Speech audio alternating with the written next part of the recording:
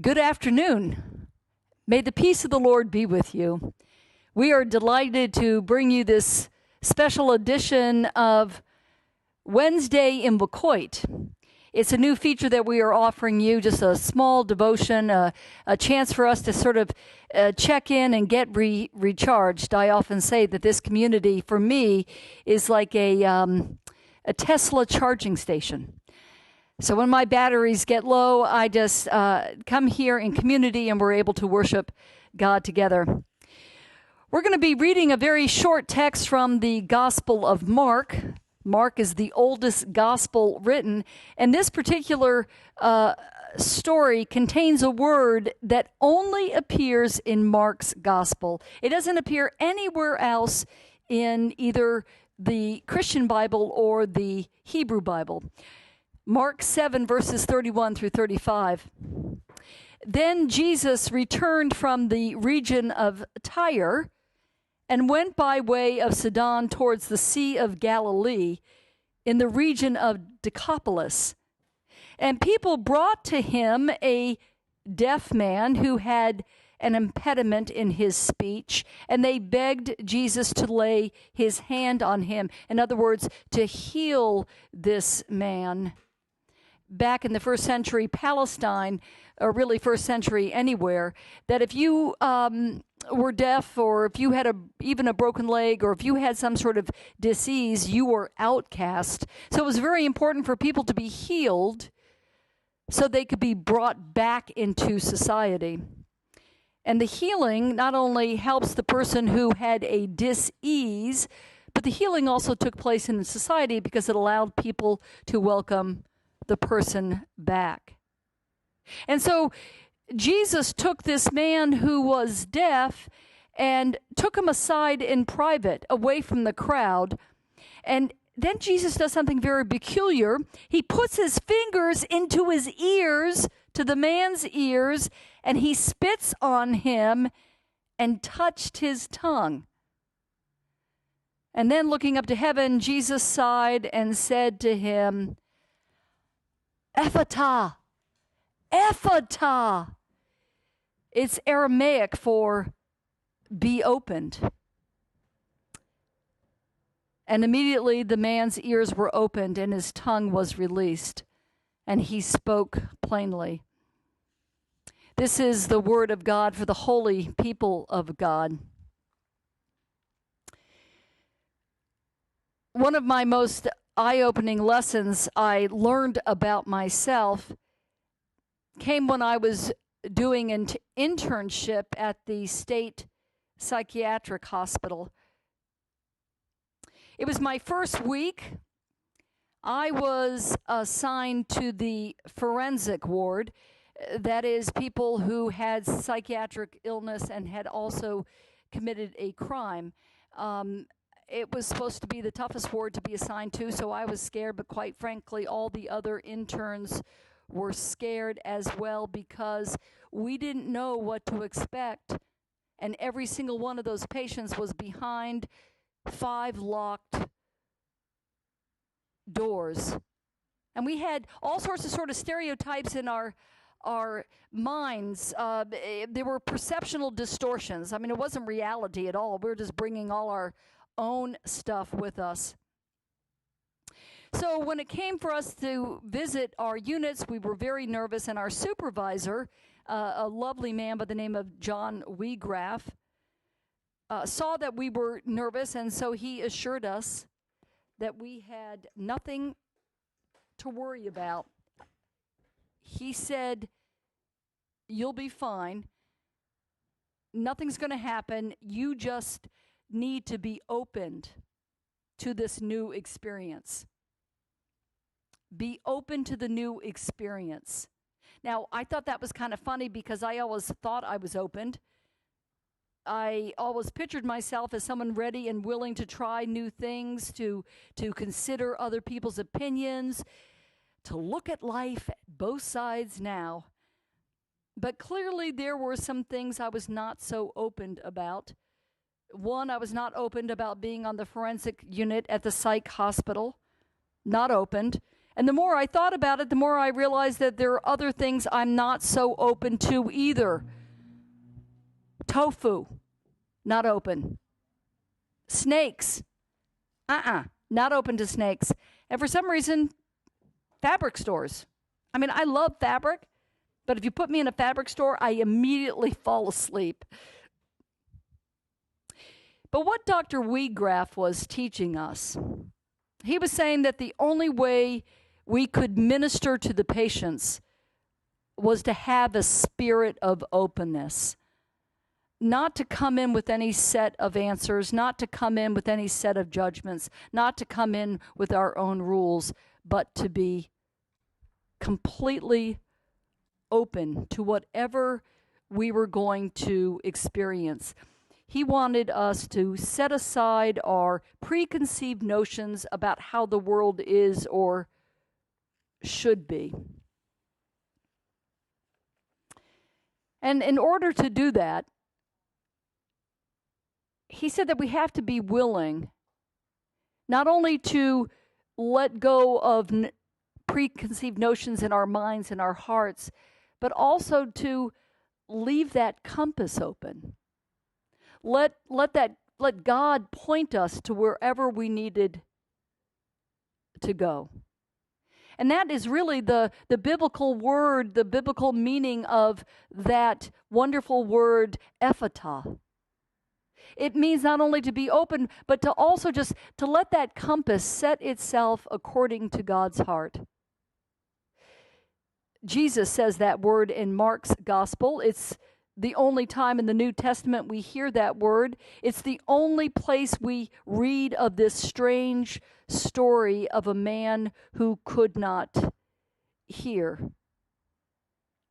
And one way to understand the story is to know what precedes this story.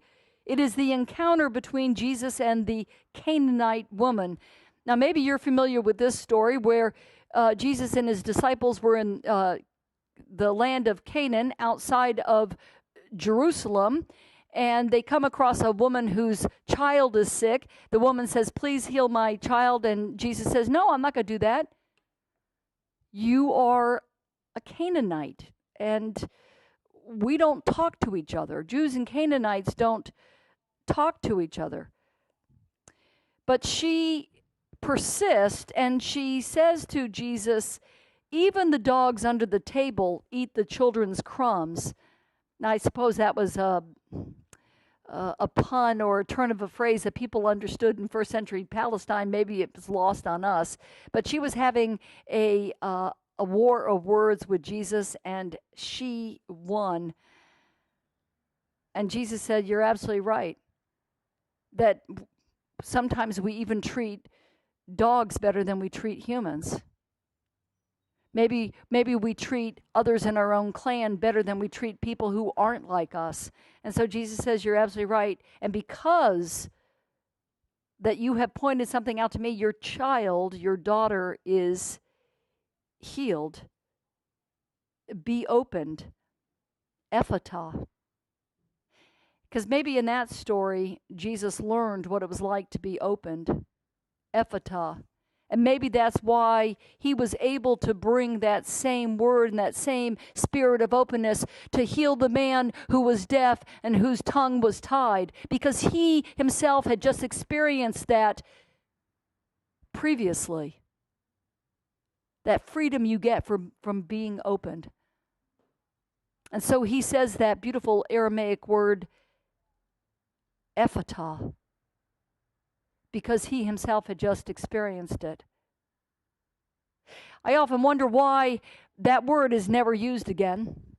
It's one of those gems that we read in the scripture, whether it's the Christian scripture or the Hebrew scripture. Every once in a while you'll come across this gem, and this is a gem, ephata. Because it's really not a command, it's an invitation. An invitation for us to be opened. For us to be open to whatever God puts in front of our path. For us to be open to what's happening to us right now.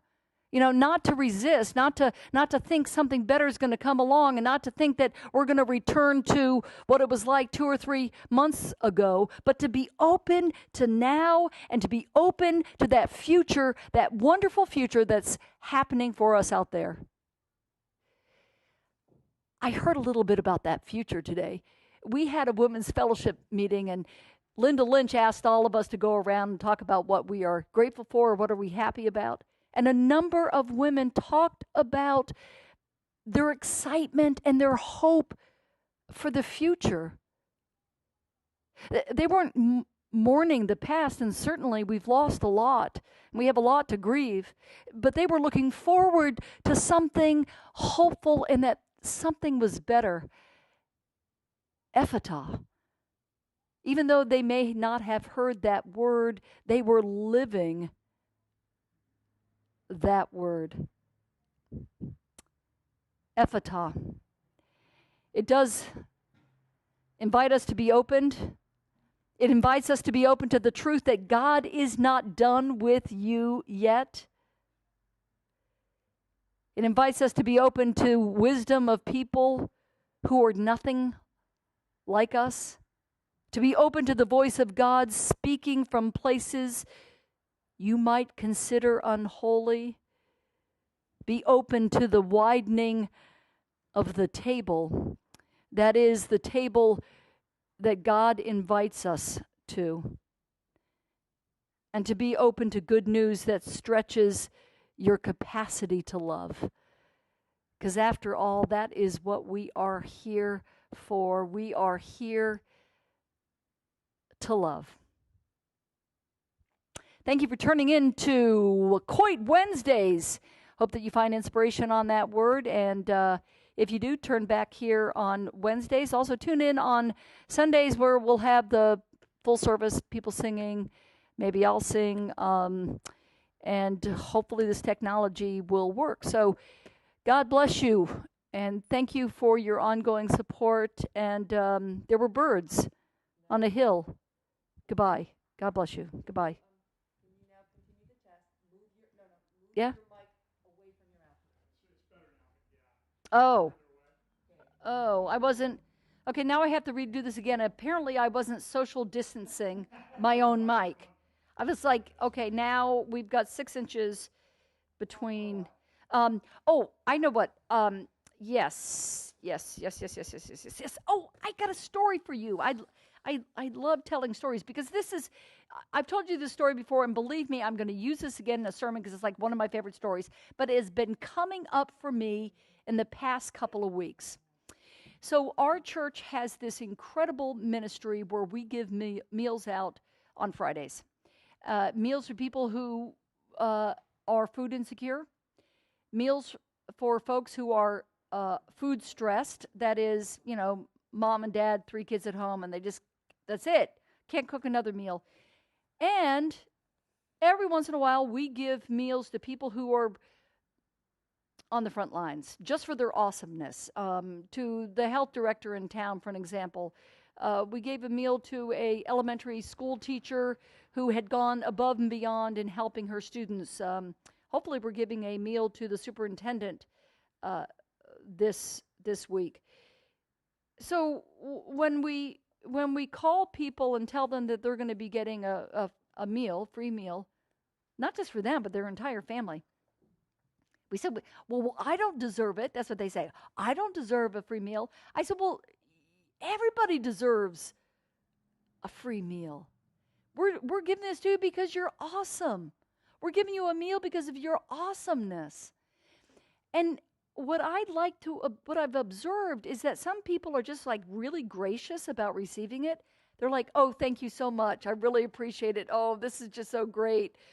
And other people, I gotta kind of twist their arm and say, it's okay. Yes, I know you can afford your own 6-pack and your own pizza. I know you can, but we want to give you this because we love you and we love the work you're doing, and we're just going to say thank you. For people to receive that, it's difficult. Have you ever been offered something and couldn't take it because maybe you didn't feel like you were deserving or you weren't enough? Or, oh, no, not for me. Certainly there's got to be some other family there who deserves it. Has anybody just offered you something and say, here, because you're wonderful and you're beautiful and you're helping everybody? Many years ago, I was in Lexington in a pouring rainstorm. I went to the Stop and Shop there, and as I walked in, there was a woman standing by the door with a huge basket filled with groceries, and she said, is there a phone booth around here? I said, there hadn't been a phone booth around here, honey, for 50 years. No, I didn't say that. I said, no, but if you need to call somebody, you can use my cell phone. She goes, well, I got to get a taxi to take me home. And turns out the taxi was going to take an hour to pick her up and take her home. And I said, look, I'm here for a few things. You just wait. I will take you home.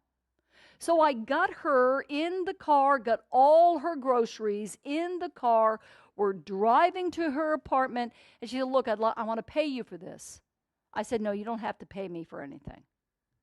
Are you sure you don't want to take a payment? I said, no. I was going this way anyway. Got her to her house. Her name was Valley Dermer, by the way. Never forget her. Valley Dermer.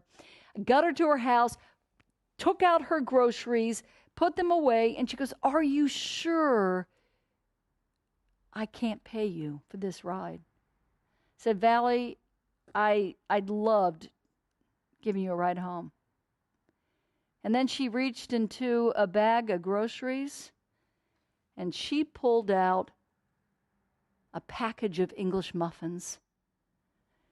And she said, here, Nell, certainly you could use these English muffins. So my heart melted. I said, Valley, I love English muffins. Oh, my goodness, thank you so much. Thank you, that was so kind of you. She taught me what it was like to receive. It's gracious receiving.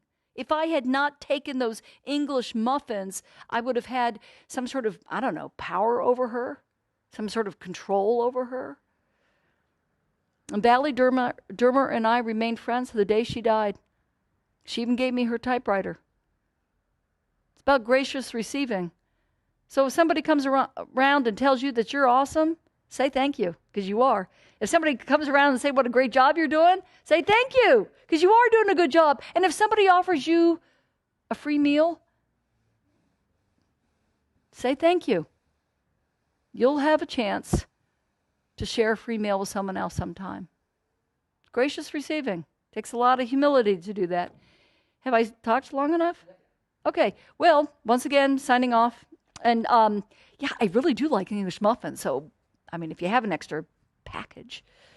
Okay. Goodbye.